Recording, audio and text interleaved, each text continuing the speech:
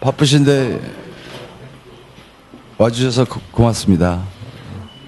저도 개인적으로는 뭐 학교나 아니면은 조금 공익적인 그런 공간에서 주로 뭐 워크숍이나 세미나나 특강을 했었는데 이런 개인 병원에서 하는 건 처음입니다. 그래서 처음에는 조금 할까 말까 고민을 했었는데 이것도 새로운 방법이고 또 여러분들하고 만날 수 있는 기회가 되기 때문에 나쁠 것 같지만 않다 하고 마음을 먹고 여기 오게 됐습니다. 오셨으니까 제가 여러분들에게 대부분 이제 그 세미나나 워크숍 같은 경우는 그 연사 즉 강사의 일방적인 자화자찬으로 시작해서 일방적으로 자화자찬으로 끝납니다. 그래서 저는 이제 그 부분은 좀 지양하는 편이고요. 사진에 대한 이야기를 하겠습니다. 여러분들이 오늘 와서 나와 함께 1시간 반을 보냈을 때 무엇을 가져갈 수 있을까 하는데 고심을 좀 했고요. 그런 부분에서 물론 알고 계시는 분들도 있겠지만은 한번 이번 기회에 좀 총체적인 정리를 한번 해보도록 하는 시간을 가져보겠습니다. 그 이전에 제가 좀 약간 생뚱맞은 얘기지만은 사진은 예술이 아니다라고 결론을 내리고 요즘 사진을 찍고 있는데 그 이유를 다른 식으로 한번 비교를 해드리겠습니다. 나중에 좀 더 정확하게 예를 들어서 사진과 예술에 대한 차이점에 대해서 분명히 전할 계획이고요. 이렇게 보시죠. 그 정치란 무엇이냐. 좀 생뚱맞죠? 받아 적으실 분은 받아 적으세요. 이거 굉장히 간단한 거니까, 저한테는, 좀 지배적인, 그 개념입니다. 제가 살아가는 데 있어서 아주 단순한 겁니다. 정치란 사람과 사람을 잇는 다리입니다. 문화는, 경제는 무엇이냐. 사람의 몸과 마음을 잇는 다리입니다. 정치보다는 조금 영역이 조금 다르죠. 그러니까 하나가 더 추가가 된 거죠. 문화는 무엇이냐라고 하면은 사람의 마음을 잇는 다리 역할을 합니다. 그게 문화입니다. 그 문화라는 거는 마음을 주고받고 사고 팔고 하는 겁니다. 그렇다면 예술은 무엇이냐? 예술은 사람의 영혼을 잇는 다리입니다. 그래서 궁극적으로는 정치, 경제, 문화, 예술 각자의 영역에서 분명한 근본이 다르다고 저는 생각을 합니다. 약간의 이어지는 건 있죠. 그러니까 뭐 예술이, 그러면은 영혼을 잇는 다리? 그러면은 영혼이라는 거는 사실은, 추상적인 단어가 될 수도 있고요. 우리가 또 내지는, 영혼을 수학 방정식처럼, 논할 수 없는 얘기지만은, 결론적으로는 예술을 한다는 것은 영혼을 잇는 일이고 그 영혼을 잇기 위해서는 그 예술을 하는 그 사람이 정말 미치지 않고서는 영혼을 이을 수 없다는 그러한 또 대조적인 논리가 나오게 됩니다. 도전은 무엇인가? 우리가 살아가면서 항상 중요하게 여기죠. 자신의 어떤 세상을 살아가면서 하나의 목적을 위해서 무언가를 이루고자 하는 도전이라는 게 있습니다. 뭐 예를 들어서 밝은 세상 안과의 도전, 여러분들이 여기에 앉게 한 거는 도전의 한 부분입니다. 그것은 사람의 꿈을 잇는 다리입니다. 다리 역할을 해주는 겁니다.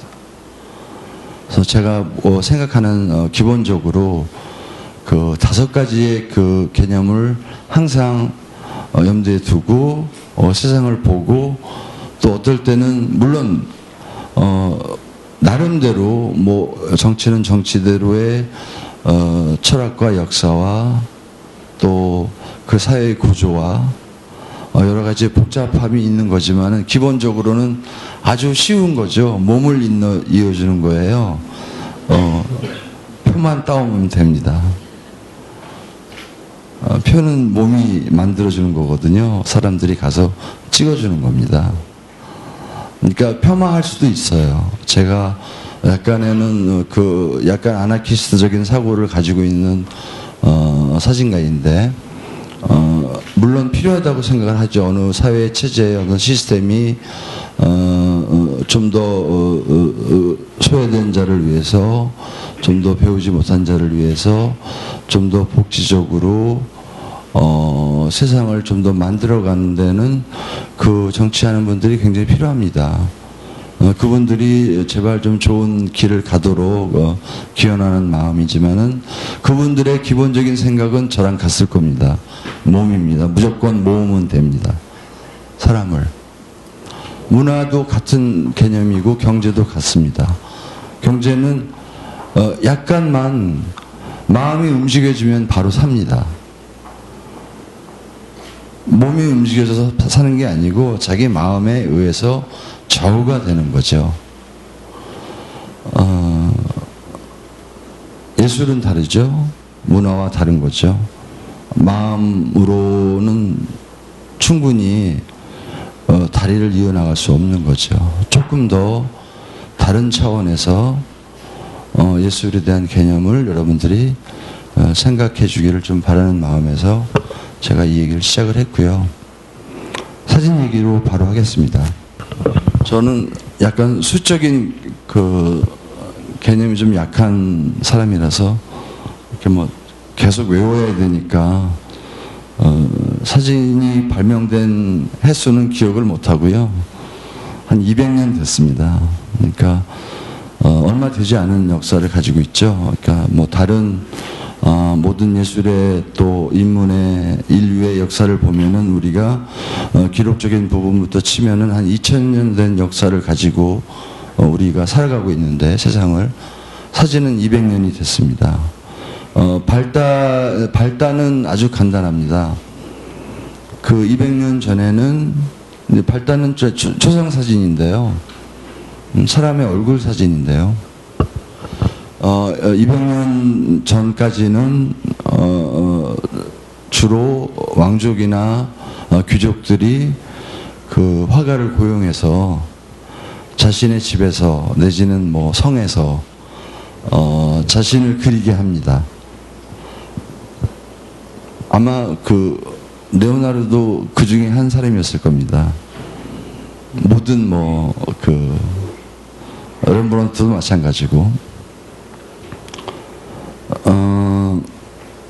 그러다가 사진이 발명이 됐습니다. 그거는 뭐를 뜻하는 거니? 그 아주 소수의 뭐 왕족, 귀족, 상위층이 아닌 보통 사람들, 중산층과 그냥 보통 사람들이 큰 돈을 들이지 않고 자화상을, 초상을 자신의 집에다 걸어놓을 수 있는 거였어요. 그게 사진이 가져온 기본적인 발명이 나오기까지 역사적인 배경입니다. 뭔가가 필요했어요. 그렇다고 그 모든 귀족이나 왕족처럼 많은 돈을 써가면서 자신의 추상을 그리기에는 너무나 그 세상 살기가 어려웠고 시간이 없었기 때문에 그거를 단축시키는 데에는 뭔가가 필요했다. 그래서 사진이라는 게 발명이 된 겁니다. 그리고 초창기의 사진은 대부분 초상의 사진이었습니다. 그러면은 그러다 이제 미술로 이제 비교를 하자면은 초상을 그리면은 대부분 이제 자기의 집에서 그리다가 밖으로 나갑니다. 뭐 예를 들어서 자기가 가지고 있는 땅을 이제 뒤에 배경을 놓고 그리고 풍광을 같이 이제 집어넣는 거죠. 그래서 사진이 그 인테리어적인 초상에서 밖으로 나가는 계기가 됩니다.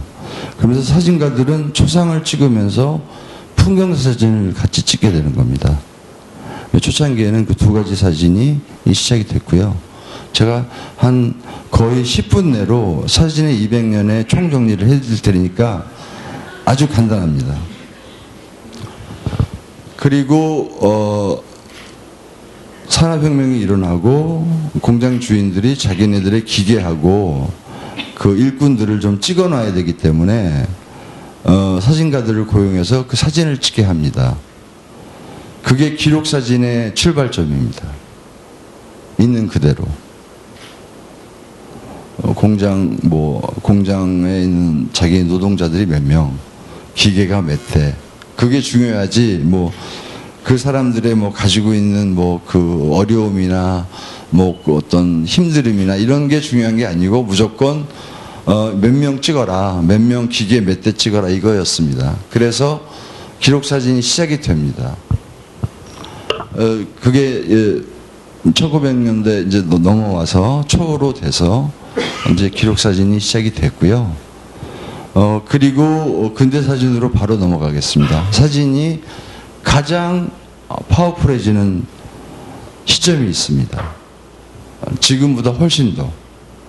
지금보다 아마 그 영향력으로 보면은 한 100배 정도의 힘을 가질 분야로 인정을 받을 때가 있었습니다. 그게 2차 세계대전입니다. 1940년대입니다.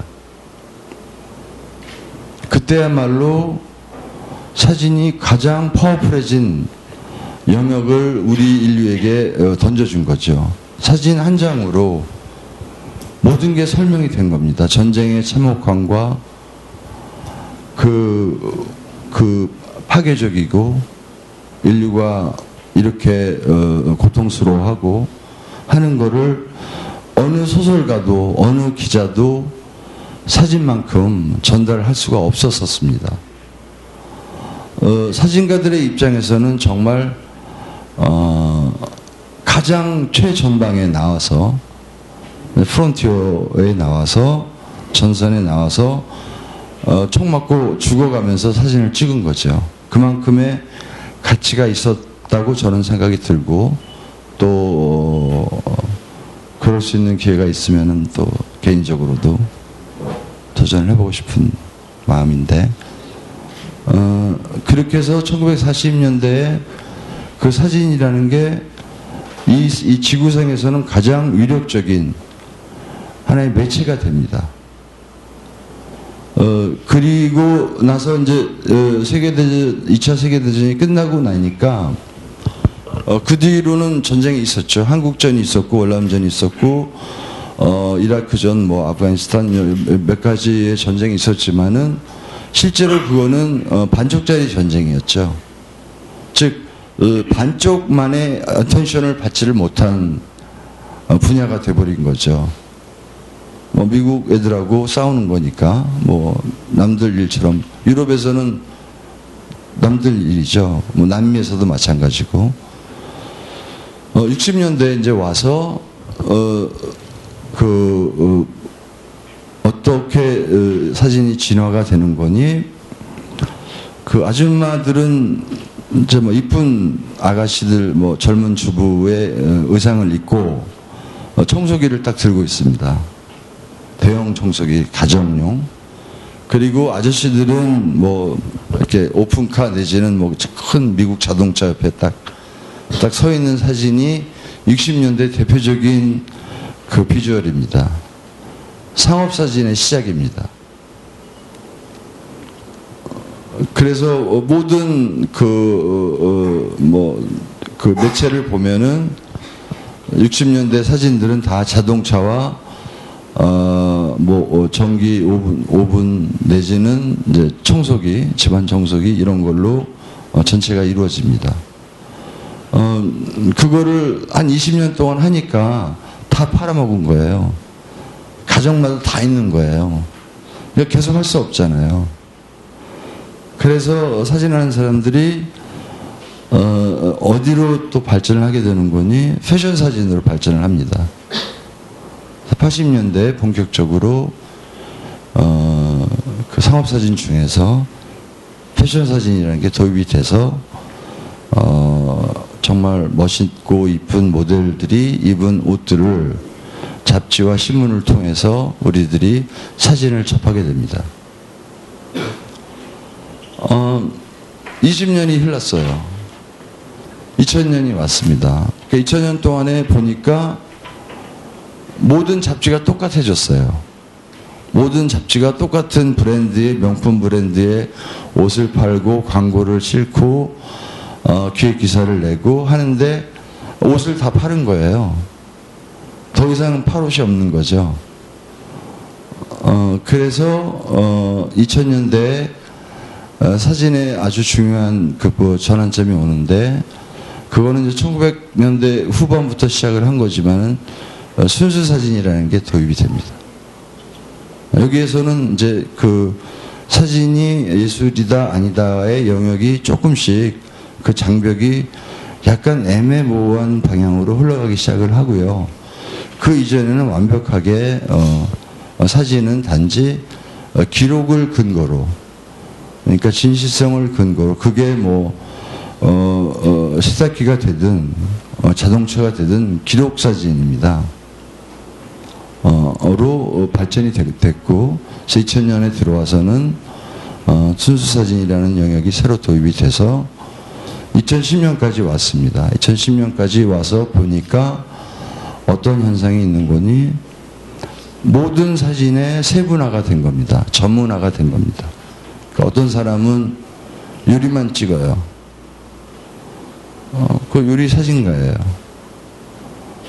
자기가 해서 찍다가 또 잡지를 위해서 찍고 어느 레스토랑을 위해서 찍어주고, 또 하나는 다큐멘터리 사진, 다큐멘터리 사진에서도 여행 사진이 또 여행 사진가가 나오고 전문화가 되는 거죠. 각자 한 가지 일을 가지고 카메라를 들고 사진을 하는 그런 시대가 온 거죠. 그래서 아까도 말했지만은 아주 초반에 1870년 정도 제가 기억을 하고 있는데 발명된 사진이 초상 사진이었죠. 그거는 이제 계급적인 사회적인 어떤 디맨드에 의해서, 요구에 의해서 아주 대중적으로 자신들의 사진을 가질 수 있는 계기가 됐기 때문에 폭발적인 반응이 있었고, 또 발전을 할 수 있는 계기가 됐었고, 그 다음에 산업혁명으로 인해서 기록사진이 나왔고, 2차 세계대전으로 인해서 그 사진의 힘이 막강한 전달의 매개체가 될 수 있다는 인식을 사람들에게 가질 수 있게 된 거죠. 여기까지가 여러분들이 이제 사진을 누구한테 얘기하면은 나는 이 정도까지만 안다고 얘기하면 됩니다. 괜찮았죠? 네. 거의 한 10분 정도. 그래서 200년의 사진의 흐름과 또 현 주소를 여러분들이 물론 알고 계신 분도 저는 있으라고 생각을 하고요. 하지만은 이렇게 아주 간단 명료하게, 그리고 이렇게 가만히 곰곰이 생각해 보니까 이런 거였구나, 이렇게 발전을 했구나, 앞으로 어떻게 될 것이냐, 이거는 나중에 우리가 좀 더 얘기해 볼 문제고, 오늘날까지는 사진이 이렇게 와 있습니다. 참고로 이제 에피소드적인 얘기지만은 저는 서양화를 전공했던 학생이었는데요. 제가 그 니스에 있는 국립응용미술대학교 저는 졸업은 안 했습니다. 다들 졸업했다고 그래서 학위 받았다고 그래서 미리 다 말씀을 드립니다. 저는 별로 그런 데 관심이 없었고요. 모르겠어요. 제가 미술을 계속 했으면 아마 졸업장을 따려고 노력을 했을지는 모르겠는데 아무튼 제 성격으로는 그렇게 중요하지 않았던 것 같아요. 그림을 열심히 그리다가 그 친구가 인화하는데 좀 도와달라고 그래서 따라 들어갔다가 사진을 배웠어요. 5분 만에 배웠어요. 나는. 사진 인화하는데 걸리는 시간이 5분이에요. 더 이상 복잡한, 이게 뭐 아주 심오한 학문이 아니라는 거죠.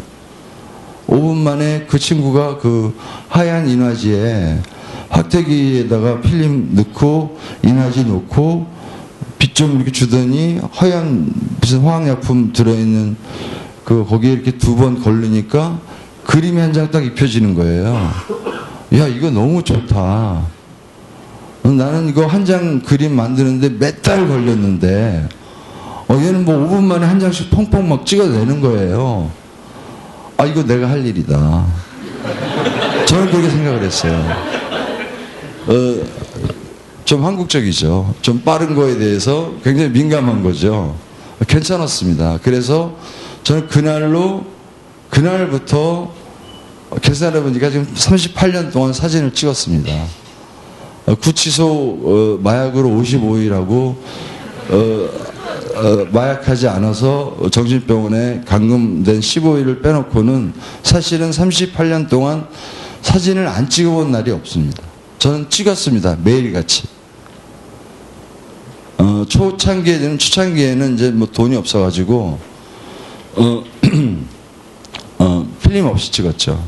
누르기만 했죠. 카메라도 없어가지고 뭐 이제 제 기억으로는 암실에서 나와가지고 바로 곧장 일본 유학생에 가가지고 야, 카메라 좀 주쳐라. 나 일주일 동안 쓰고 줄게. 해서 이제 일본 애들이 처음 카메라 가지고 있으니까 그리고 다들 유복한 유학생들이 많았었으니까 이제 월 단위 뭐 이렇게 빌려가지고 이제 카메라를 빌려서 사진을 찍고 그때부터 굶기 시작한 거예요. 왜냐면은 필름값이 없으니까 필름을 사려면은 이제 뭐 특별하게 뭐 돈이 좀 더 있어야 되는데 뭐 제가 뭐 돈이 없었으니까 이제 밥 먹는 쿠폰을 그때 제 생각으로는 뭐 1프랑 정도였는데 그걸 이제 아끼려고 그걸 주면 이제 언트레 그러니까 애퍼타이저하고 메인에서 이제 고기나 생선하고 그다음에 감자하고 밥이 나옵니다. 그러면은 그 코스를 다 봤는데 티켓이 없으면은 이쪽으로 돌아가서 감자하고 쌀은 리필이 되거든요. 그래서 그거만 먹고 살았습니다. 그냥 좋았었습니다. 세상이 카메라로 세상을 보는 그 사각의 세상이 너무 좋았습니다. 그게 다른 사람들에게는 갇혀있는 세상이 될 수도 있었지만은 나 개인한테는 완전히 새로운 세상이었습니다. 그래서 어느 정도였는 거니 카메라를 뭐 거의 한 1년 동안은 샤워할 때하고 잠잘 때를 빼놓고 떨어져 본 적이 없었습니다. 들고 다니는 거죠. 그래서 이제 학교에 가서 교수님 안녕하십니까? 인사합니다.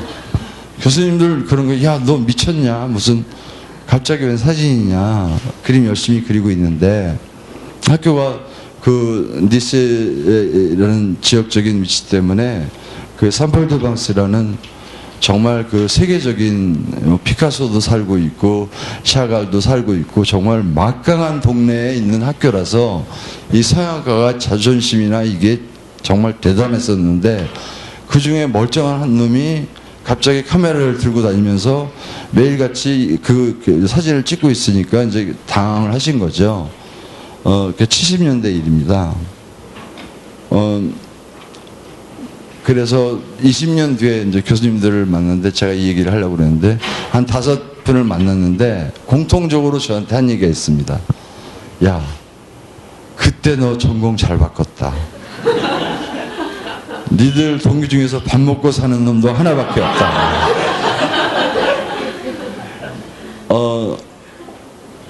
그때는 몰랐었죠. 아무도 사진이 이렇게까지 우리 삶에 또 대중적으로 또 학문적으로 또 역사적으로 인문적으로 중요하리라고 또 변화할 것이라는 생각을 그렇게 머리가 좋고 좋은 작가 교수님들께서도 아무도 예상을 못 하신 거예요. 물론 나는 더 예상을 못 했죠. 나는 뭐 계획을 세워서 앞으로 이렇게 될 것이다 해서 한 생각이 단 0.1%도 없으니까 단지 그냥 그 빨리 나오는 것 때문에 한 거죠. 그래서 제가 보통 약간 우스갯소리로 사진은 저는 물론 사진은 저한테 개인적으로 굉장히 심각하고 좀 아주 심오한 부분까지 분명히 있는 거는 제가 시인을 하겠지만은 외형적으로 볼 때는 저는 라면 끓여 먹기라고 합니다. 그 5분 정도 걸리잖아요. 자기가 뭐 예를 들어서 뭐 김치를 좋아하면 김치도 좀 넣고 치즈를 좋아하면 치즈도 넣고 자기 마음대로 끓여서 그 기본적인 거를 해서 먹습니다. 사진도 똑같습니다. 다 메이드 된 거거든요. 종이도 공장에서 나온 거고 필름도 공장에서 나온 거고 현상액도 공장에서 나온 거고 자기가 원하는 대로 물론 라면을 20분 끓이라고는 안 되잖아요. 그러니까 5분 내에 다 해결하는 거예요. 그게 필름 카메라의 해석이 라면 끓여 먹기입니다. 디지털 카메라는 컵라면 끓여 먹기입니다.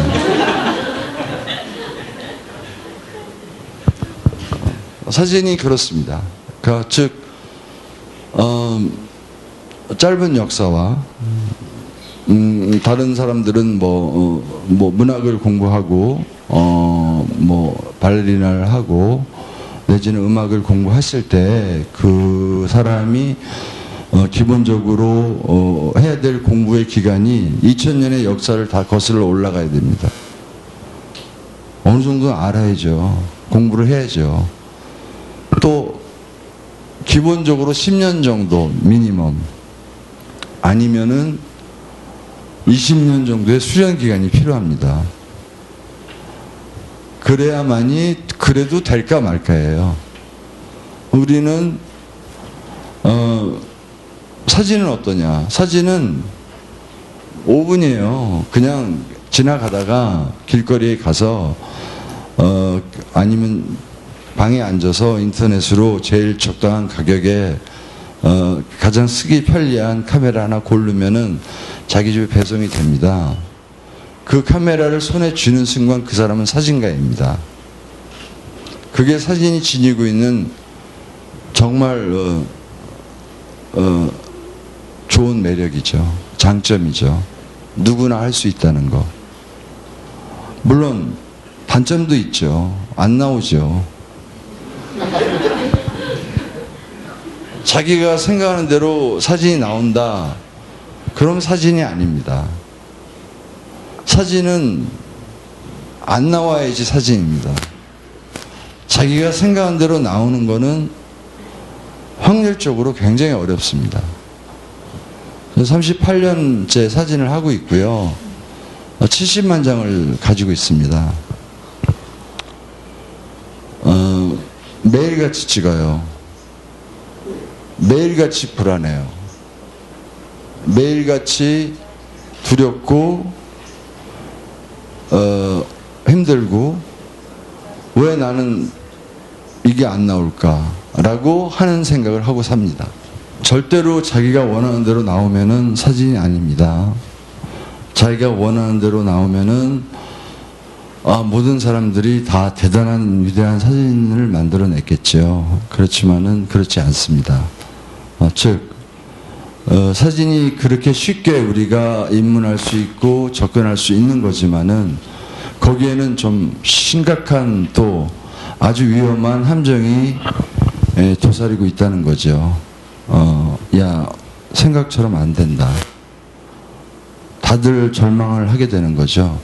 근데 절망의 속도와 폭과 깊이와 넓이가 다른 거에 비해서 굉장히 크다는 거예요.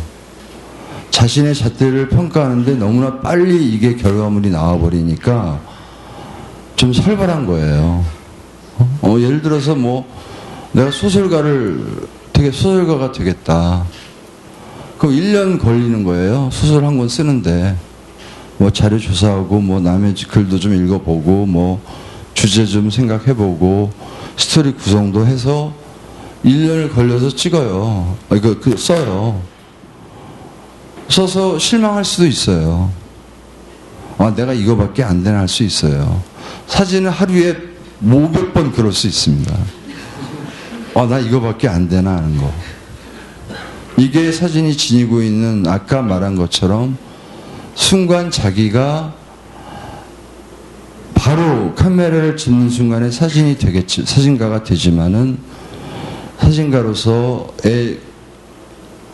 안아야 될 그 위험 부담률이 바로 자신의 잣대에 대한 평가입니다. 절대로 쉽지 않습니다. 그러니까 즉, 뭐 예를 들어서 이거는 뭐 괜찮아. 뭐 그럴 수 있어요. 그거는 뭐 한 1, 2년은 괜찮아요. 이 정도는 뭐 나는 뭐 재질이 좀 있어 보여. 또 옆에서 뭐 보여줘봤자 한 10명이니까 10명 중에 뭐 자기가 가까운 사람들이니까 뭐 이거 나쁘지 않네. 그리고 가지만은 2, 3년 차로 넘어가면은 그 기준치가 객관적인 거에서 주관적인 거에서 객관적인 선으로 조금 이렇게 옆으로 비껴나가게 됩니다. 그럴 때부터는 조금 더 평가의 기준이 살벌해지고 자신에 대해서 좀 더 냉정해지게 되겠죠.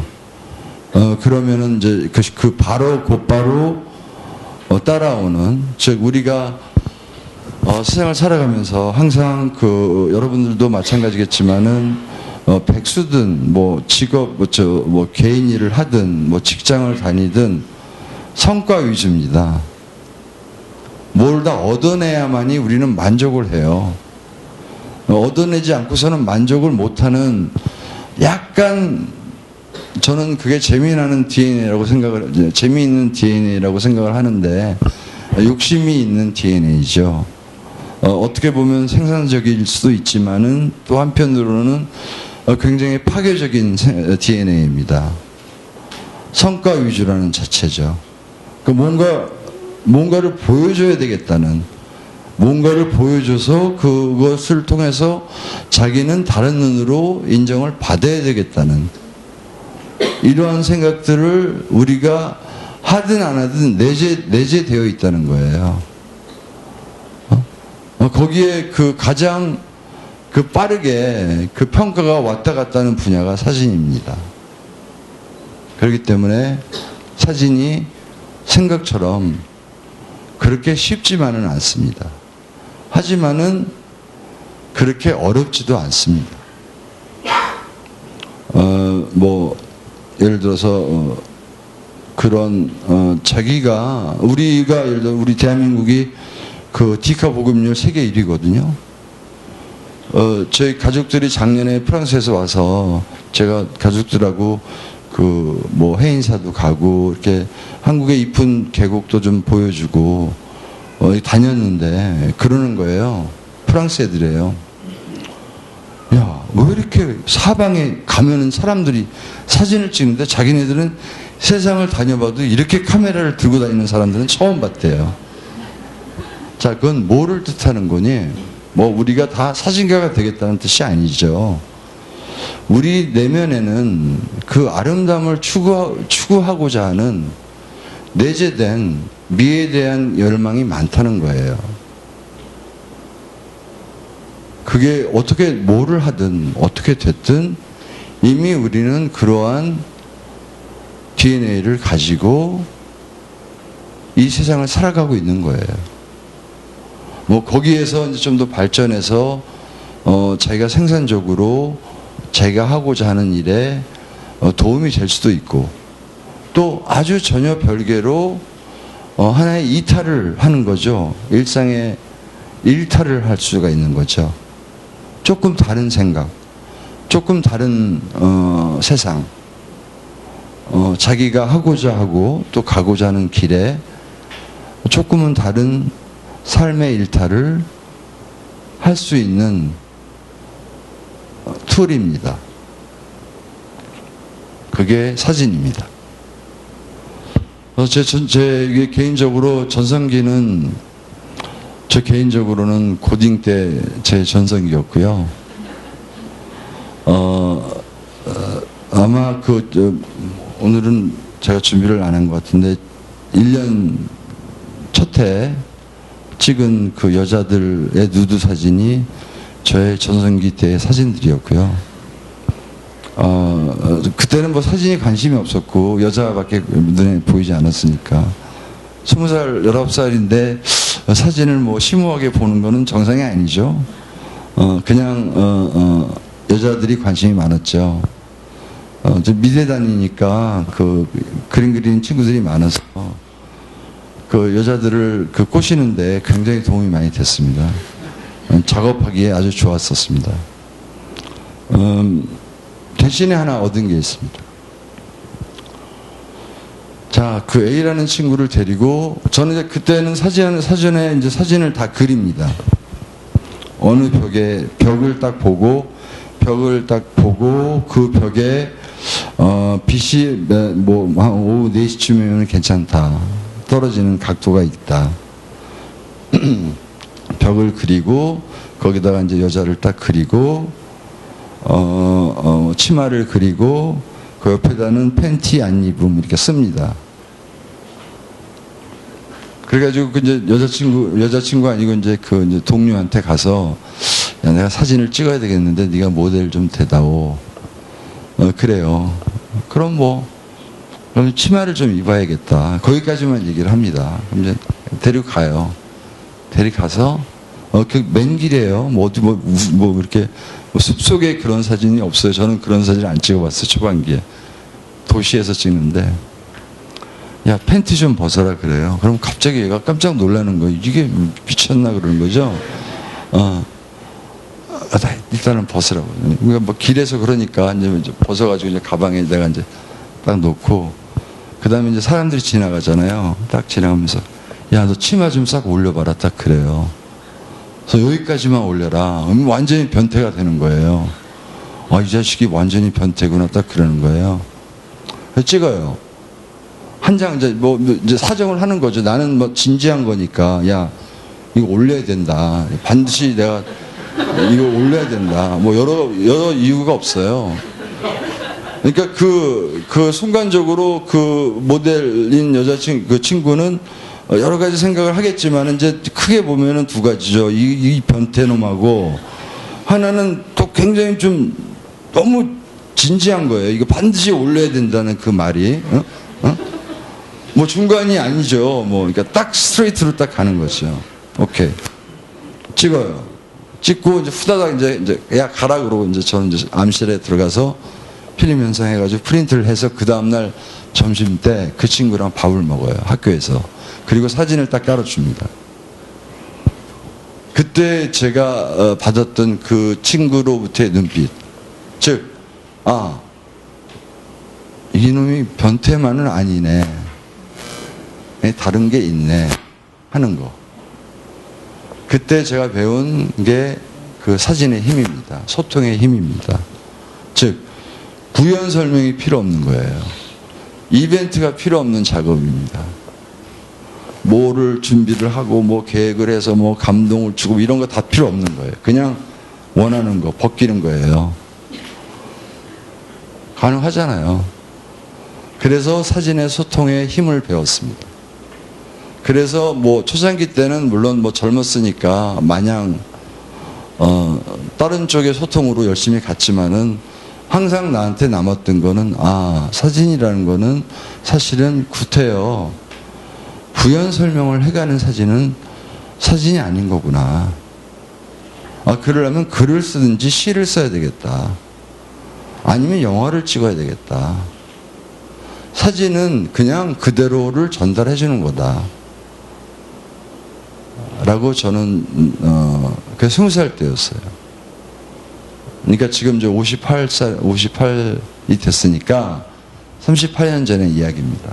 그게 지금도 변함이 없습니다. 지금은 뭐 그냥 뭐 길에 가서 벗으라고 할 수는 없죠. 뭐 별로 하기 쉽지가 않으니까.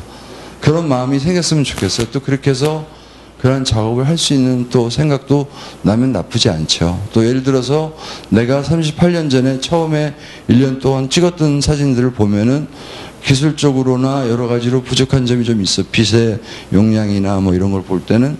그러면 지금 볼 때는 제가 어느 정도 그거보다는 훨씬 더 에로틱하고 내지는 더 완성도가 있는 사진을 만들 수가 있는데 하고 싶지가 않아요.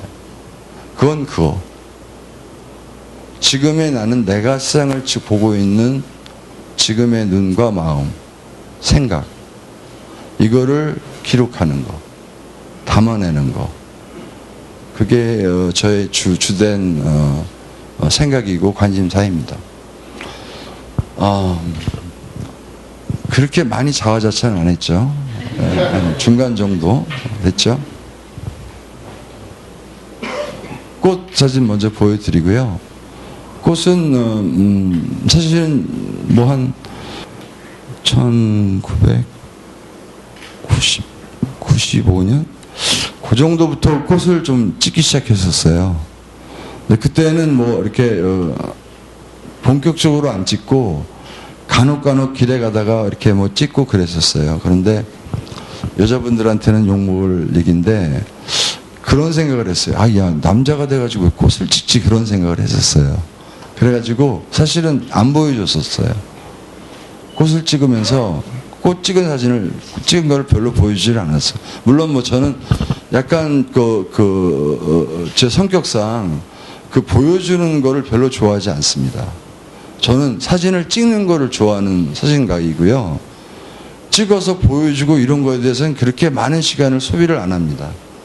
그래서 그 전에 찍었고, 이거는 이제 2005년도부터 약간 본격적으로, 왜냐면은 10년이 지났는데도 불구하고 계속 꽃을 보면은 관심이 가는 거예요. 그래서 이거는 내가 정말 좋아하고 있는 세상을 살아가면서 하나의 주제이고 소재이구나 를 시인을 했고, 그 다음부터 꽃을 찍었고요. 주로 초반기에는 난을 찍었습니다. 그 이유가 뭔 거니? 나는 다른 꽃보다는 한 일주일이 더 가고요. 제가 꽃사진을 좋아하는 이유는 이 꽃을 갖다가 이렇게 꽃병에 꽂아 놓으면은 뭐 일주일에서 보름 많이 가는데 꽃사진은 한 100년 가거든요. 그러니까 경제적으로 이게 조금 더 낫더라고요. 어차피 내가 꽃을 보고 살 거라면은 내가 찍어서 걸어놔야 되겠다. 그것도 사실은 제 마음속에 한 30%는 사실 처음에 있었어요. 전혀 없는 게 아닙니다. 그래서 대부분 이제 제가 여러분이 아시겠지만은 백수선을 하고 주로 꽃을 많이 팔아가지고 그 생계 유지를 하고 있습니다. 그러니까 나머지 사진들은 별로 그렇게 관심을 두지 않으시더라고요. 네, 꽃은 조금 팔았습니다.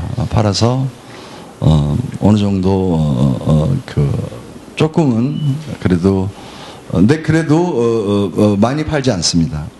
쉽게 그 설명을 좀 해드릴게요. 제 꽃이 이제 예를 들어서 지금 걸려있는 사진에 한 4배 정도짜리로 프린트를 해서 팝니다. 그게 보통 18,000불 정도만 이제 거래를 하는데, 그러면은 이제 저한테 돌아오는 게 그 반절입니다. 9천만 원입니다. 900만 원입니다. 그러면 이제 제작비를 생각을 해야 되잖아요. 프린트도 해야 되고, 액자도 해야 되고, 이렇게 하면은, 실제로 이게 한 500만 원 정도 이제 손에 이제 남는 거예요. 그런데, 자, 문제는 여기서부터 더인데, 저는 이제 꽃을 찍으러 방콕을 갑니다. 가서 보름 동안 모든 꽃 꽃집과 뭐 꽃을 키우는 데를 다 미친 듯이 돌아다니면서 꽃을 다 걷어다가 그 빌라에다가 스튜디오를 셋업을 해가지고 거기서 하루 종일 찍어요. 그래가지고 뭐 보름 동안 찍어가지고 건지는 사진이 겨우 한 10장 정도 됩니다. 물론 뭐 수백 장, 수천 장을 찍어요. 그러면은 원가로 치면은 꽃 하나에 500만 원이 넘는 거예요. 그러니까 팔으면은 제가 손해인 거예요, 사실은. 그러니까 이 가격에. 그래서 저는 별로 그렇게 팔지는 않고요. 아주 급할 때만 저 꽃 있으니까 몇 개 가져가세요. 그래요. 그 기다리는 거죠. 왜냐면은 예를 들어서 내가 어느 정도 물론 뭐 저의 꿈이겠지만은 조금 더 글로벌 스탠다드에 레벨에 올라가서 좀 더 정말 다른 국가의 사진가들처럼 예를 들어서 5만 불 한 점에 내지는 10만 불 정도 받았을 때는 원가 계산을 안 하게 됩니다. 근데 이 19,000불, 2만 불은 원가 계산을 안 할 수가 없는 거예요. 그래서 제가 그런 계산하는 게 싫어가지고 작품 파는데 별로 주력을 안 하고 있습니다. 지금은 생산한다. 이게 요즘은 이제 저 때는 제가 상업 사진을 같이 병행을 하고 꽃을 찍었기 때문에 여유가 아주 많아가지고요. 돈을 많이 벌었었습니다. 그래가지고 뭐 제 제자들 다 데리고 보름씩 이제 저 태국에 가서 하루 종일 꽃만 찍다 오는 거죠. 요즘 이제 그 짓은 못 하고요. 대신에 이제 돈 안 드는 저쪽에 사진에 보면 한국의 이미지라 그래가지고 한국 땅을 정처 없이 돌아다니면서 돈 안 주고 찍으니까 저 숙박비하고 휘발유값만 필요하니까 열심히 작업을 하고 있습니다. 꽃을 먼저 보여드리고요. 사진 설명은 저는 원래 안 합니다. 그러니까 그냥 보시고 간단한데 제가 여러분들한테 하나 알려드릴게요. 꽃을 어떻게 찍는지 알려드릴게요. 전 라이팅 박스로 가지고 찍거든요. 그 라이팅 박스는 뭔 거니? 뭐 슬라이드 보는 뷰 박스 있죠? 그 정도를 처음에는 이제 그걸로 시작을 하다가 그게 좀 이제 사이즈가 좀 부족해서 나중에는 이제 1m짜리로 만들었어요. 라이팅 박스를. 근데 보통 그 정도는 필요 없고 그냥 뷰 박스 하나만 있으면 됩니다. 뷰 박스를 하나를 두고 이게 꽃이에요. 이게 꽃이고요. 이게 카메라입니다. 접니다. 여기다 세워놓습니다. 여기서 찍으면 됩니다. 두 가지인데요. 밑에다가 놓습니다. 꽃 밑에다가. 그러니까 뷰박스 위에다 올려놓는 거예요. 올려놓을 때 약간의 기술인데 이건 아무 기술이 필요 없고요. 철사하고 껌만 있으면 되거든요. 여기 꽂아가지고 올려놓습니다. 그러면 위에서 보면은 꽃이 보이는 거죠. 그렇게 찍는 거예요. 이게 세계적인 사진가들이 다 똑같이 합니다. 저만 하는 게 아니고요. 그렇습니다. 그러니까 뭐 어느 작가는 예를 들어서 뭐 꽃병까지 하는 작가가 있고요. 메이플토프라는 이제 그 에이즈로 찍은 작가는 꽃을 찍는데 주로 꽃병까지의 어떤 그 컨텐츠를 담아서 작업을 하는 경우가 있고 최근에 뭐 빌 버클리나 벤동겐이라는 작가 제가 두 분 다 만났었거든요. 서울에 와서 그분들은 저랑 같은 방식으로 작업을 합니다. 근데 벤동겐이라는 작가는 아무래도 좀 성향이 약간 게이인데 그 꽃을 자기가 직접 키워요. 키워서 자기 화단에서 가장 빛이 좋고 이쁠 때를 골라서 작업을 합니다. 근데 빌 버클리는 저랑 좀 비슷한 성격의 뉴욕에 계시는 교수님이신데 그냥 라이팅 박스 깔아놓고 꽃 사다가 그냥 앞에다 놓고 펑 튀겨서 찍는 겁니다. 그러니까 그렇게 막 신비한 작업이 아니고요. 아주 간단한 겁니다. 꽃을 어떻게 잘 고르느냐 하고 꽃을 어떻게 보느냐는 시각, 그 마음입니다. 근데 마음도 사실은 이제 중요한데 마음이라는 게 아까도 말했지만은 이 문화의 이제 한 부분인데 마음이 이렇게 쉽게 움직여지지 않거든요. 자기 마음이 쉽게 움직여진다는 것은 거의 불가능한 겁니다. 근데 쉽게 움직여지진 않지만은 움직여지는 건 있어요. 그러니까 그 움직여지는 부분을 쫓아가는 거예요. 제일 우리가 인체 구조학상 신경적으로 말초신경이 가장 빨리 움직여집니다. 그러니까 저는 그쪽으로 꽃을 보고 사진을 찍습니다. 보여주세요. 저거 꺼주시죠.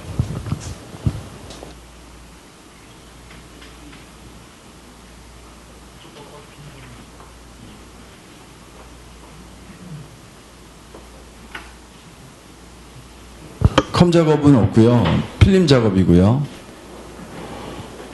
카메라 사후 카메라 작업했고요. 그 후반 작업은 없습니다. 찍을 때 만듭니다. 다.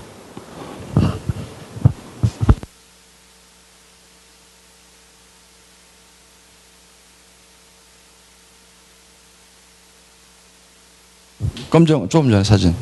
검정색은 아까하고 똑같은 시스템인데 벨벳으로 합니다. 벨벳 검은색. 그거는 빛이 반사가 안 돼요. 굉장히 좋습니다. 그래서 그거 한 이만큼 들고 다니면서 이렇게 뒤에다가 이렇게 꽃 뒤에다가 딱 세워놓고 찍으면은 까만 벽에 꽃을 딱 찍을 수가 있습니다.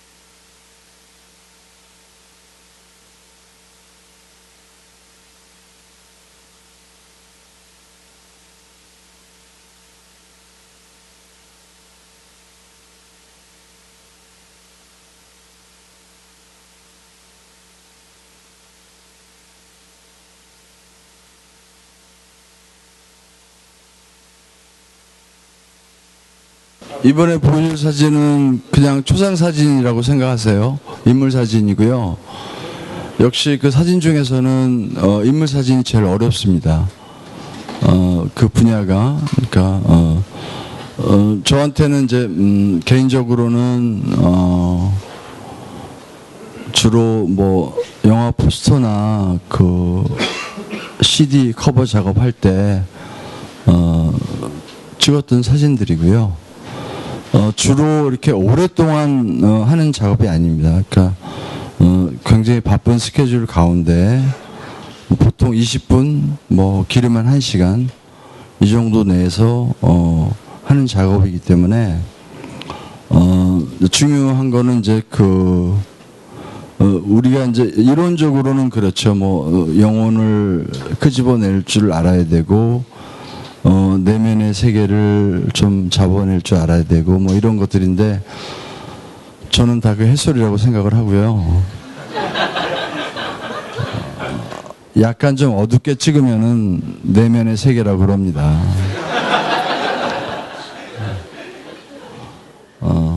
밝은 뭐 활짝 웃는 사진을 가지고 내면의 세계라고 못하니까 뭐 웃으라고 얘기를 안 합니다. 그리고 두 가지인데요. 하나는 그 내가 찍고자 하는 사람에 대해서 가져야 될 마음.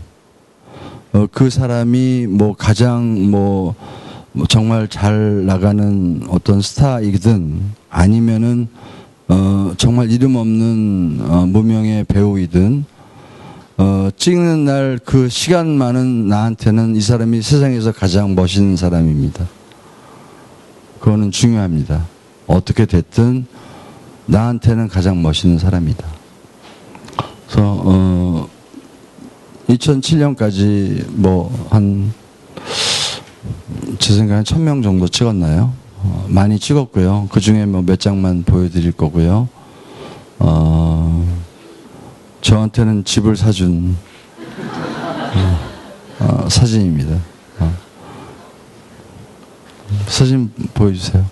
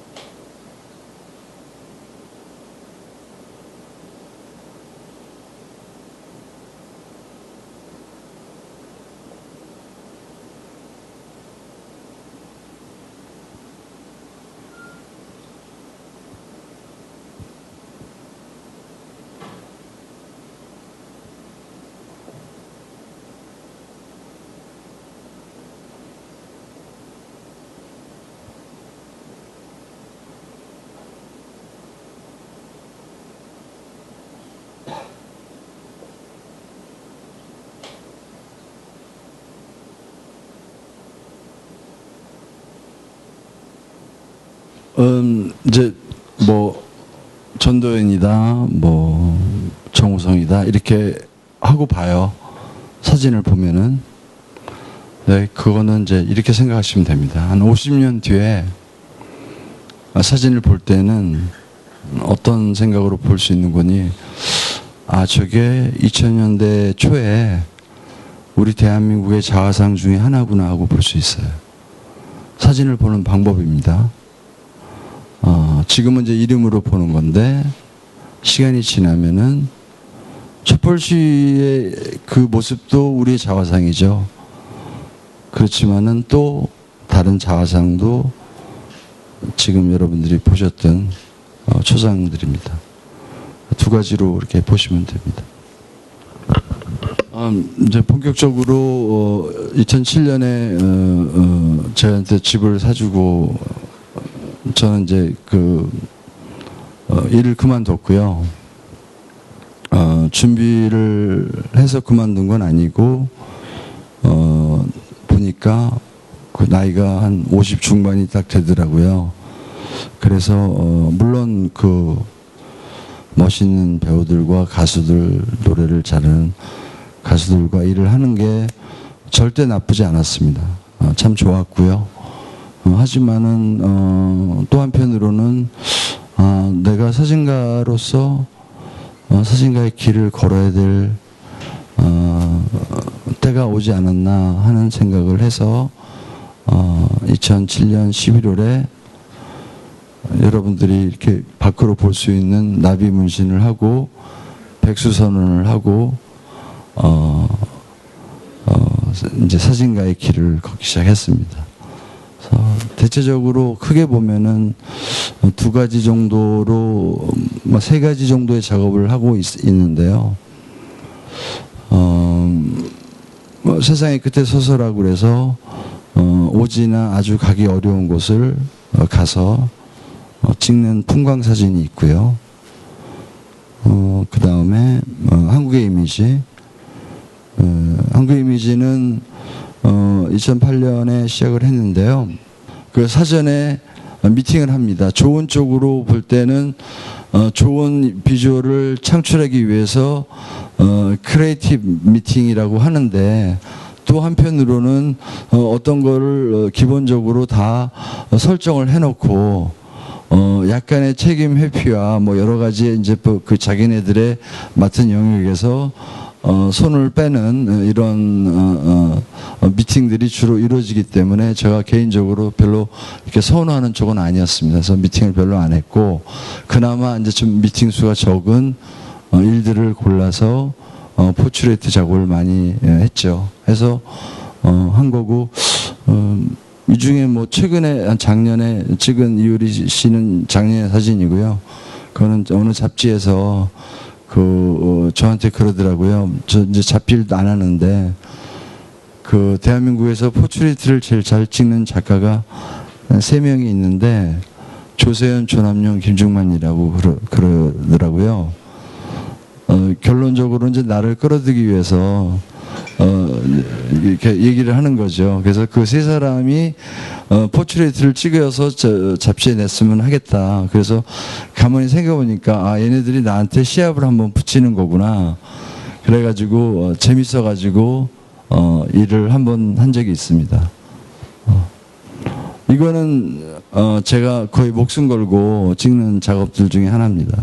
뭐 다는 아니지만은 그래도 나한테는 의미가 있는 작업들이고, 또 전혀 경제적으로 보탬이 안 되는 순수한 작업들입니다.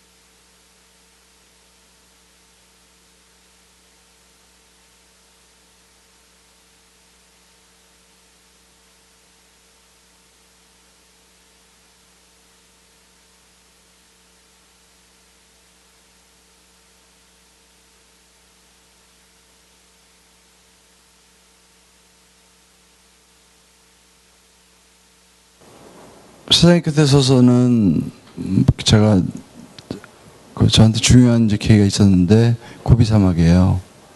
고비 사막이고 환경재단이랑 같이 사막에 들어가서 작업을 했는데요. 제 이제 개인적인 이제 그 경험을 잠깐 설명을 해드릴게요. 한 보름 동안 차를 타고 횡단을 했습니다. 했는데 첫날 생각이 좀 들어가면은 나오겠지 이렇게 했어요. 둘째 날 차를 타고 하루 종일 가는데 그래 뭐 조금 더 들어가면은 나오겠지 그랬어요. 셋째 날 되니까 깜깜해지더라고요. 그리고 그날 저녁에 그 게르에서 그 사막을 여행하는 프랑스 부부를 만났는데 제가 이제 물어봤죠. 사실은 이제 나는 한국에서 사진하는 사진가이고 고비를 찍으러 왔는데 생각처럼 안 이쁘다. 생각처럼 너무 밋밋하다. 그랬더니 그 부부가 서로 이렇게 자신들 이렇게 바라보면서 약간 비웃는 듯이 나를 딱 쳐다보는 거예요. 그래서 뭐지? 그래서 왜? 그랬더니 그러면은 네가 좀 불쌍하게 보여서 네가 하는 말이 얘기를 해주는데 내가 너희들은 어떠냐고 물어봤거든요. 그랬더니 자기네들은 여기가 너무 좋다는 거예요. 그 이유를 얘기를 해주는데 첫째로는 세상에 이런 곳은 여기 하나밖에 없다. 둘째로는 아무것도 없다. 그리고 갔어요. 그리고 나는 뭐를 한 대 맞은 생각이 좀 들더라고요. 나는 내가 뭐를 보지를 못했구나. 그리고 그 다음날 일어나서 잠을 설쳤죠. 몇 시간밖에 못 자니까 이렇게 바닥을 보니까 돌멩이들이 좀 이쁘게 보이더라고요. 어떤 이야기를 전하고 싶은 거니? 나는 이미 고비를 떠날 때 내 마음으로 다 그려놨다는 거죠. 사막이니까 사막에 뭐 멋있는 듄도 있을 거고 뭐 나무도 뭐 이렇게 막 아주 뭐 이렇게 오아시스 뭐 여러 가지로 그러한 그 내가 가지고 있었던 미학적인 이미지네이션 이런 자체를 이미 나는 너무 많이 주입을 시켜서 봤을 때는 아무것도 안 보였다는 거예요. 그래서 그분들이 너무 감사하게 느껴지는 게 결국은 야 마음을 비워봐라. 네가 가지고 있었던 생각을 지워봐라. 그리고 세상에 하나밖에 없는 이곳을 정말 너가 사랑하는 사람을 바라보듯이 봐줘라. 저한테는 그래서 아주 큰 그래도 나름대로는 뭐 저는 예를 들어서 이쁜 사진에 대해서는 관심이 없어요. 이쁘게 찍고 뭐 나오고 이런 거는 내가 할 일이 아니라고 생각해요. 그거 하는 사람들 많고 또 잘하는 사람들 많고 이쁜 데 가서 누르면 이쁘게 나오거든요. 그게 내가 그 관심을 두고 또 시간을 보내는 나의 중요한 그 관심사가 아닙니다. 나는 그냥 이쁘지 않고 평범하고 버려진 것에 대한 관심이 많은 사람이에요. 그거를 어떻게 해든지 생명력을 놓고 또 미학적으로 아름답게 만드느냐가 나의 일이라고 생각을 하는 거지. 뭐 이쁜 데 가서 뭐 이쁜 거 찍는 거 뭐 그거 다 할 수 있다는 거죠. 그래서 고비라는 그 지역이 내가 사진가로서는 아주 중요한 전환점을 맞게 한 따지고 보니까 이제 고비 갔다 와서 슬슬 그 일을 놓기 시작한 것 같고요. 그래가지고 결국은 저희 이제 그 애기 엄마한테 이제 일을 좀 그만했으면 하는데 어떻게 했느냐고 거의 이제 빌다시피 이제 그래서 다행히 크게 이렇게 이제 관심이 없는 친구라서 뭐 그러면은 뭐 그냥 놓으세요 그러시더라고요. 그래서 그 뒤로는 더 사진을 열심히 찍게 됐죠. 사실은 왜냐면 내가 정말 원하는 주제와 또 보는 걸 가지고 했기 때문에. 그래서 2007년에 17억을 벌었고요. 2008년에 8천만 원 벌었습니다. 8천만 원, 그러니까 한 20분의 1 차이에 아주 충격적인 경제 현실을 경험을 해보고 예상을 했지만은 그렇게 차이가 날 줄은 몰랐는데 그래서 절대로 좋지는 않았습니다. 좀 어려웠는데 괜찮았었습니다. 한편으로는 이거는 치러야 되는 거다. 내가 치르고 여기에서부터 거듭나서 좋은 사진을 해야 되는 게 나의 몫이다. 즉 사진은 사실은 돈으로 하는 게 아니라는 얘기죠. 2008년이 와서 첫 번째 일이 몇 달 동안 이제 연락이 오는 거예요. 와서 그러면 김용환 작가 이름 빼고 사진만 걸자, 내자, 일을 하자. 계속 그래서 이제 안 했어요. 아무것도 안 하고 관광공사에서 연락이 왔어요. 엽서를 만들어 달래요. 그래서 이거는 나한테 맞는 얘기다. 그래서 한국의 이미지를 찍기 시작했고요. 나한테 굉장히 중요한 또 하나의 전환점이 옵니다. 여기에는 사진이 담겨있지 않지만은 제가 어느 땅끝 마을에 내려가서 어느 노 부부를 봤습니다. 그래서 부부가 일을 해요. 둘이서 한평 땅. 우리 대한민국은 좋은 게 하나 있습니다. 정말 좋은 게 하나 있는 게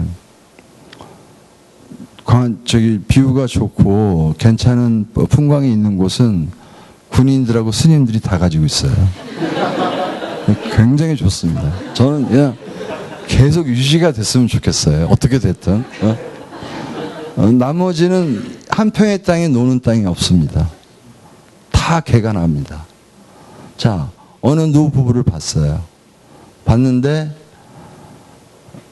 그 옆에 부동산 개발이라는 간판이 딱 써 있는 거예요. 그 한평 땅에는 그 노부부가 일을 하고 있고 그 옆에는 그만큼 큰 간판이 걸려 있는 거예요. 그래서 나로서는 좀 당혹스러운 거예요. 이 그림이 좀 안 되는데 그런 생각이 드는 거죠. 그 부동산 개발 이런 것 때문에, 간판 때문에. 그래서 다른 마을을 갔더니 똑같은 비주얼이 다시 번복이 되는 거예요. 그래서 한 열흘 정도를 다니다가 제가 항상 좀 늦지가 좀 뒤늦게 뭐를 얻는 편인데 굉장히 다른 걸 하나 얻었습니다. 그게 뭔 거니? 당신네들은 평생 땅을 일구면서 살겠는데 당신의 자식들에게는 고생을 시키지 않겠다는 뜻이었습니다. 그 간판이. 그래서 그 간판이 갑자기 그 생각을 갖게 된 이유로 또 너무 이쁘게 보이는 거예요. 그래서 한국을 다니면서 열심히 찍을 수 있게 됐습니다.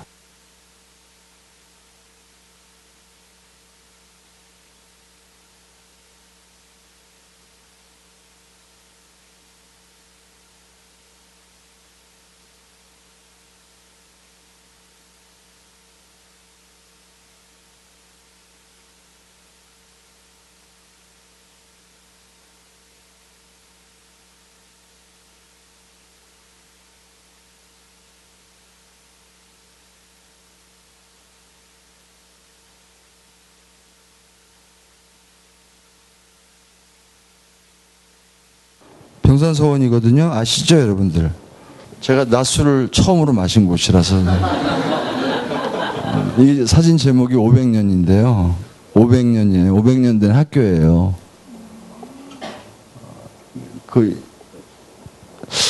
여기를 가서 찍는데 갑자기 낮술이 마시고 싶어지는 거예요. 그러니까 웬군이 500년 전에 이렇게 좋은 그 교실에서 공부하는 그 우리의 조상들은 어땠을까? 그런 생각이 좀 들더라고요. 제가 그래서 사실 그때는 저는 위스키만 마시는데 로얄 살룻을 좋아했거든요. 그래서 제자들한테 야 저기 혹시 저기 위스키 있으면 좀 구해와라. 그래서 이마트에 가니까 로얄 살룻 있어가지고 그거 사가지고 와가지고 거기 안내하시는 분이 저를 물론 알죠. 다들 아시더라고요. 네, 그래서 제가 죄송한데요. 정말 사진을 찍으면서 술을 마시고 싶은 생각이 처음 들었는데 그곳이 여기입니다. 그래서 좀 그랬더니 그러면은 허락을 해주겠는데 종이컵에 따라서 들고 올라가서 마시라고 그러시더라고요. 그래서 만취가 돼서 찍은 사진입니다. 단지 제 생각에는 우리 선조들이 그만큼 멋있다는 생각을 갖게 됐어요.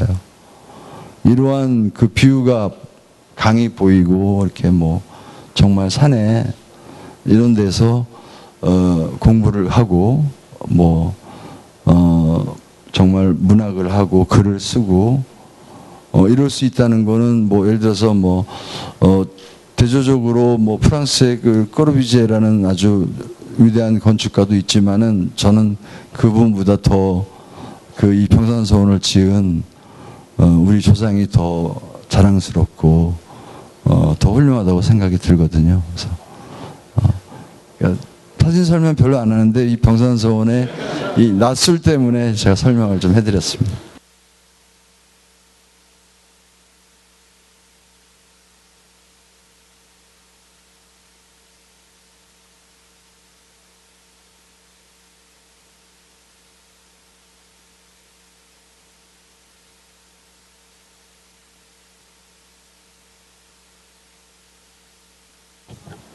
문선 부산 앞바다에 있는 데인데요.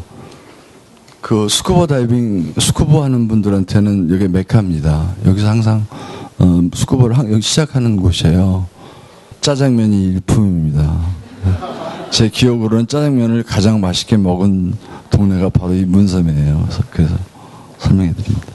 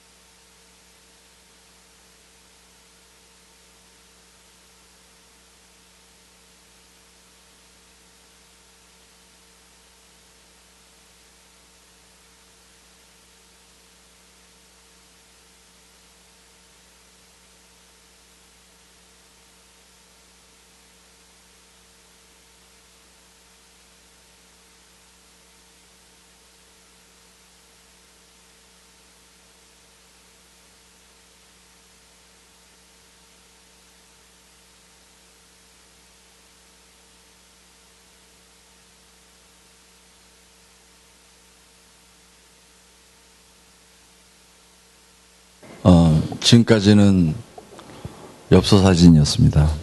고맙습니다. 물론 뭐 그 안에 몇 장은 조금 다른 제 마음과 제 피와 영혼이 담겨져 있는 것도 분명히 있으리라고 저는 생각하고 있고요. 마지막 파트거든요.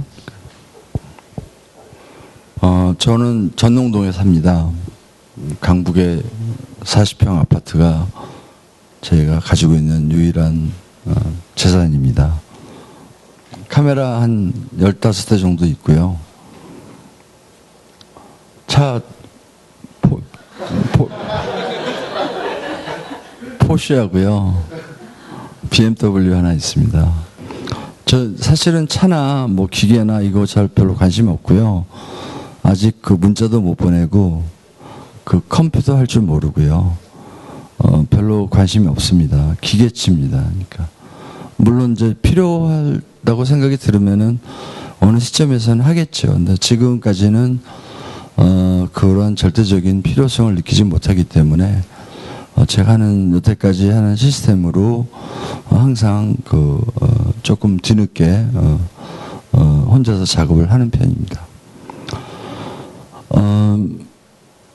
제 삶의 방식 중에서 저가 한 90% 정도는 사진으로 세상을 살아갑니다. 10%는 이제 여자 문제겠죠. 나머지는 뭐 90%는 사진인데요. 그 중에 30%가 중량천입니다. 30%가 세상의 끝입니다. 30%가 한 20%가 세상의 끝이고 20%가 한국의 재발견입니다. 그러면은 나머지 한 20% 정도를 이제 뭐 사람도 찍고 뭐 꽃도 좀 찍고 뭐 구름도 좀 찍고 이제 이런 아주 일상적인 어떤 주제가 정해져 있지 않는 그러한 일상적인 사진들을 매일같이 찍습니다. 그러니까 매일같이 사진 일기를 하고 쓰고 있습니다. 사진으로. 중량천에 제가 전농동에 산 지는 10년이 됐고요. 뚝방길을 처음에는 이제 그 뚝방길을 안 다니다가 뚝방길이 좀 더 가까워서 제가 스튜디오는 청담동에 있어서 뚝방길을 지나가게 됩니다. 지나가면서 어느 나무 한 그루를 봤습니다. 보고 그 나무에게 말을 걸기 시작했습니다. 내가 너를 찍어도 되니 하고 그거를 지난 6년 전에 그러니까 뭐 한 2003년 정도에서 시작을 했습니다. 매일같이 물어보는 거예요. 내가 너를 찍어도 되니 하고 내가 너를 찍을 자격이 있을까 하고 두 가지입니다. 그리고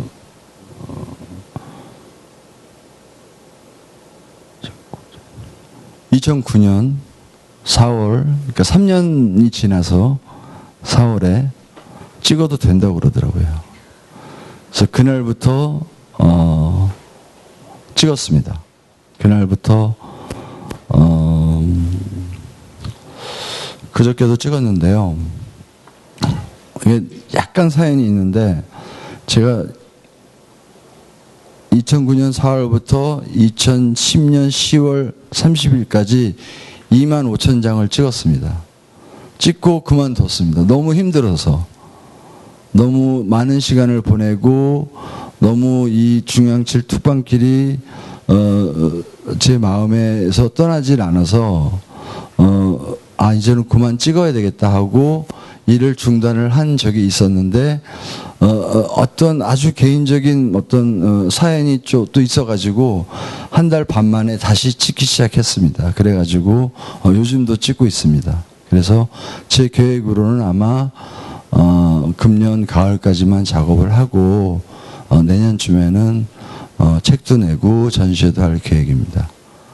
그래서 이게 제가 가지고 있는 요즘 제가 살아가면서 가장 소중하고 또 어떻게 보면은 나한테는 사진가로서는 중요한 사진들입니다. 보여드리겠습니다.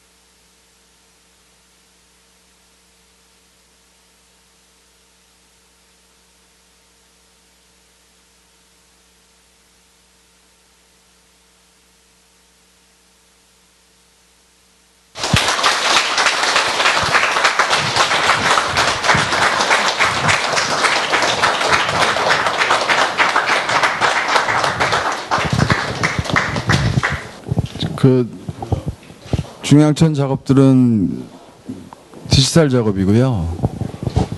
칠할표도 없이 찍어요. 그 길이 좀 복잡해서 놓고 찍을 시간이 없으니까 아주 순간적으로 옆에 이렇게 서 있다가 잡아서 약간의 뭐 그 펜스와 전기줄들이 많아가지고 약간의 제가 이렇게 구도를 잡고 포커싱 하는데 어려움이 좀 있습니다. 근데 하여튼 컴 작업은 없고요. 대신에 프레임은 제가 그 4호에 좋아하는 5 폴라로이드 타입의 프레임을 갖다가 덧붙인 겁니다. 최근까지 찍은 작업으로 보면은 한 3만 장 정도 찍었고요. 책으로는 한 60에서 80장 정도 내년에 낼 계획입니다. 하여튼 뭐 아프리카 동물 사진만 빼고 아프리카 사진 빼고 다 보신 것 같고요. 시간 같이 해줘서 저는 좋았고요. 여러분들도 좋았으면 좋겠고요.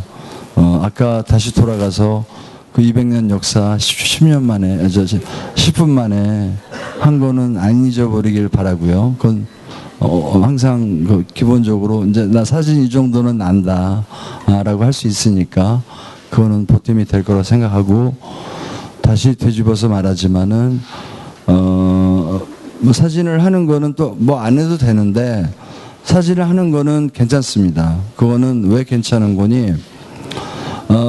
자신하고 싸움이 좀 심합니다. 그렇기 때문에 예를 들어서 쓸데없는 생각을 좀 많이 안 하는 경우가 좀 되는 거예요. 자신을 좀 탓하는데 좀 시간을 많이 보내다 보니까. 그래서 실제적으로 여러분들이 예를 들어서 저는 이제 38년을 했지만은 왜 좋은가라고 생각을 해보니까 그 조금 나은 인간성을 갖게 된다는 거예요. 그래서 제가 이제 그 인성 점수를 치면은 제가 한 55점 정도 된다고 생각이 들고요. 목표는 한 65점 정도 됐으면 좋겠습니다. 그 이상은 절대로 원치 않습니다. 사진은 제가 한 65점 정도를 지난 35년 동안 65점짜리를 왔다 갔다 했고요. 중앙천 사진들이 한 70점대 턱걸이를 하고 있습니다. 목표는 90점입니다. 사진이 90점 정도짜리가 나와야만이 그래도 정말 세계적인 작가들의 반열에 설 수 있다라고 생각을 합니다. 그래서 아직은 저는 이제 65점에서 70점으로 넘어오는데 38년 꽤 오랜 시간이 걸렸지만은 앞으로 좀 더 열심히 해서 한 80점까지는 조만간에 좀 보여줬으면 좋겠는데 뭐 어떤 거는 뭐 70점에서 75점 요 사이 왔다 갔다 하고 있는데 좀 더 열심히 해보겠습니다. 해서 그 궁극적으로는 그 우리 작가들이 좋은 작가들이 많이 있고요. 예를 들어서 뭐 제가 좋아하는 작가로는 이정진이라는 작가가 저보다는 좀 더 파워풀한 작업을 하는 작가라고 생각이 들고요. 이갑철이라는 작가도 좋은 작가가 있고 최근에 그 시인이었는데 아주 신선한 사진집을 낸 박노해 시인의 사진들도 작년 사진집 중에서는 대표적으로 한국 사진가 중에서는 꼽을 수가 있을 것 같고요.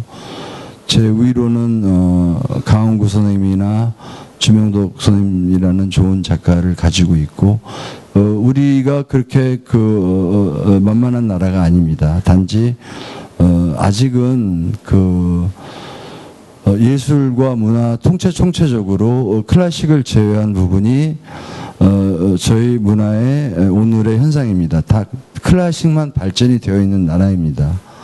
아직까지는 미술이나 사진, 문학 여러 가지가 기초적으로 크게 세계적으로 나갈 수 있는 국가적인 어떤 지원이나 정책이 이루어지지 않았다는 거죠.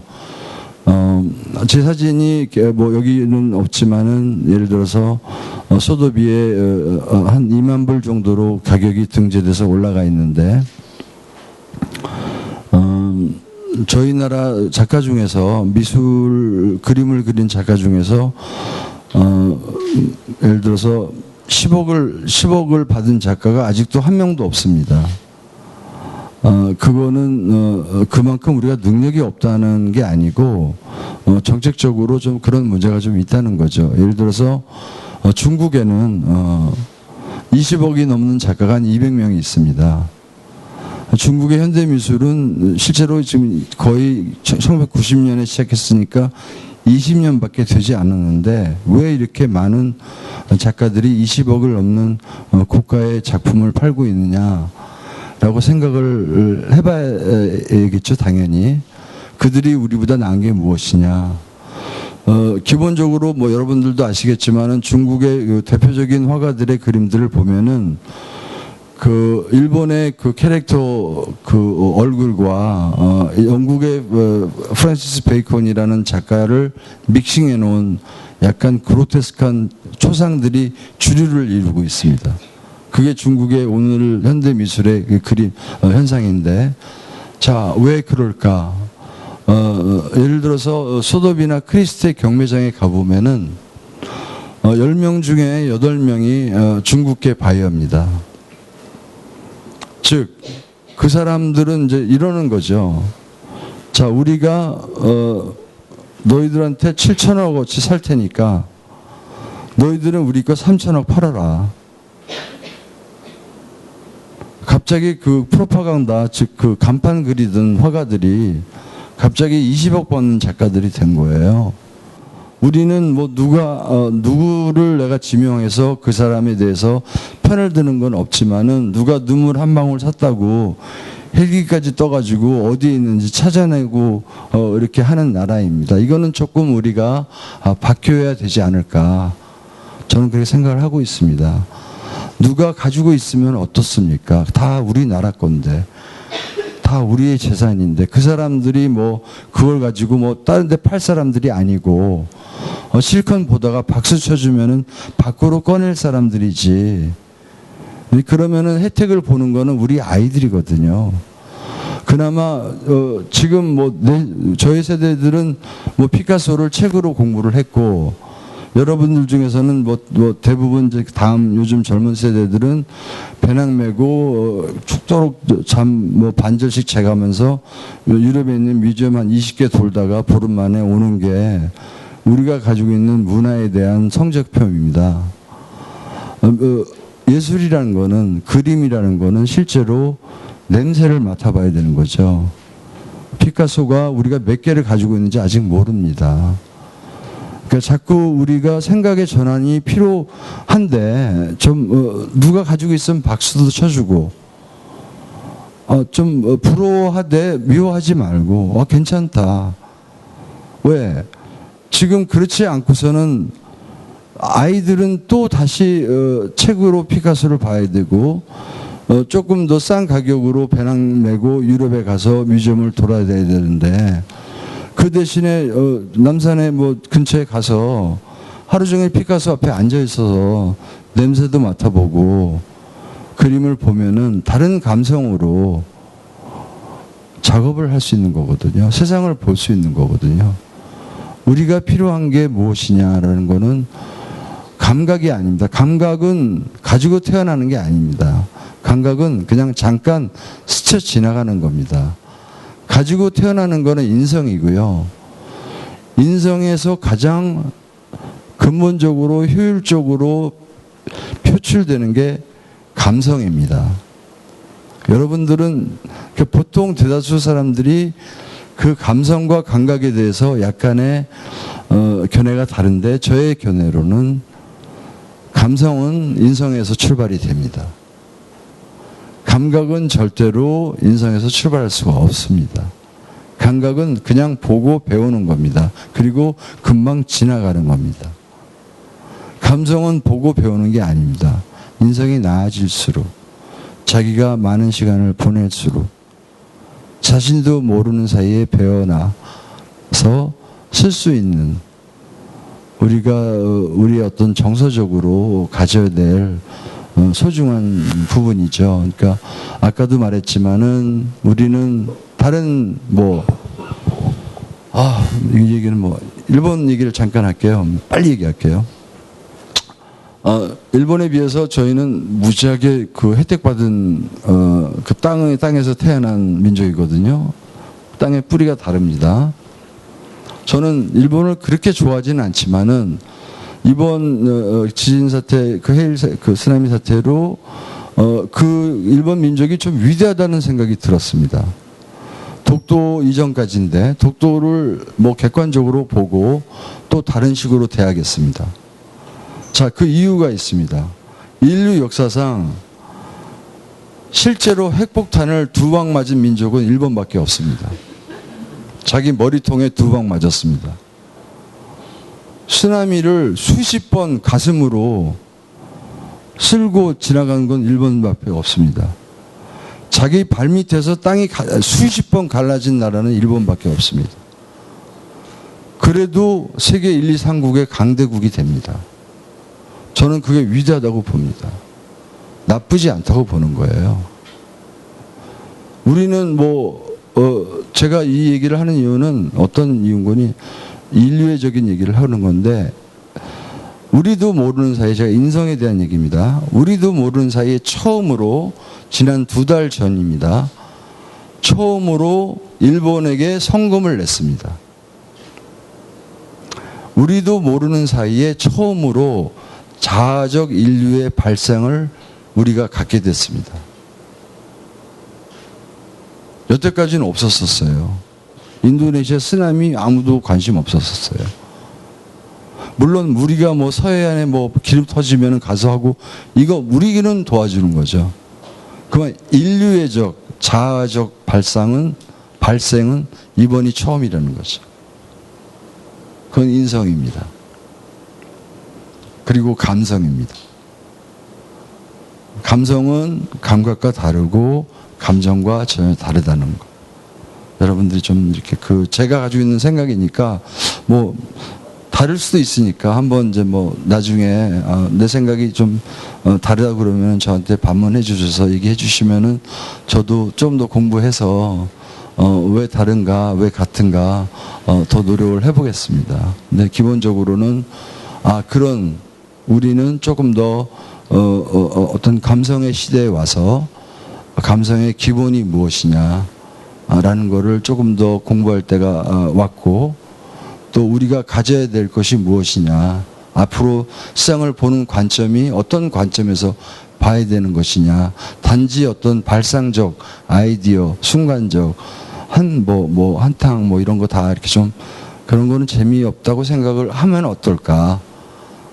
조금 더 우리가 좀 어떻게 보면은 인간적이고 인류애적이고 조금 황당무계할 수도 있지만은 그런 부분에 대해서 우리가 관심을 가지면 어떨까? 20세기가 여러분들이 아시겠지만은 인류에게는 이념과 사상과 경제 시대였다면은 21세기는 생태와 경제 시대입니다. 제가 숙제로 남겨둘게요. 왜 이 사람이 이런 말을 했는지. 그 사이에는 그 IT와 끊임없는 그 과학과 의학과 그 공학의 발전이 있습니다. 그거는 인간이 멈출 수 없는 겁니다. 자기 머리에 핵을 2방이나 맞은 민족이 굉장히 머리가 좋고 똑똑한 민족인데요. 자동차도 잘 만들었고요. 가장 불안한 거를 가지고 있음에도 불구하고 자기네들이 가장 안전하다고 100년 동안 끄떡없다고 만들어 놓은 높이가 20m였습니다. 근데 25m짜리를 한 방 맞았거든요. 자, 21세기는 우리가 개념적으로 생태에 대한 경고, 생태를 우리가 좀 다시 봐야 되겠다는 생각을 가져야 될 때가 아닌가 이렇게 생각을 합니다. 고맙습니다.